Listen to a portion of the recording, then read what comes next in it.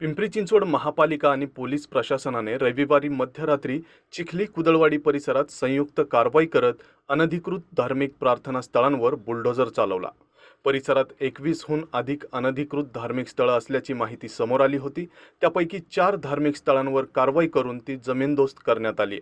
कारवाई दरम्यान कोणताही अनुचित प्रकार घडू नये यासाठी प्रशासनाने मोठा पोलीस बंदोबस्त तैनात केला होता. कुदळवाडी परिसरातील अतिक्रमणाचा मुद्दा याआधीही चर्चेत होता.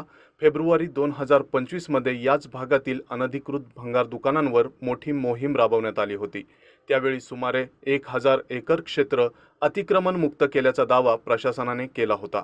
आता धार्मिक स्थळांवरील कारवाईमुळे प्रशासनाने अनधिकृत बांधकामांवरील मोहीम अधिक तीव्र केल्याचं दिसतंय. मात्र नेमकी किती स्थळांवर कारवाई करण्यात आली याबाबतची अधिकृत सविस्तर आकडेवारी अद्याप जाहीर करण्यात आलेली नाही. आणखीन घडामोडी जाणून घेण्यासाठी पाहत रहा पिंपरी चिंचवड न्यूज. सोबतच आमच्या फेसबुक आणि इंस्टाग्राम चॅनलला फॉलो करायला विसरू नका. तसेच यूट्यूब चॅनलला सबस्क्राईब करायला विसरू नका.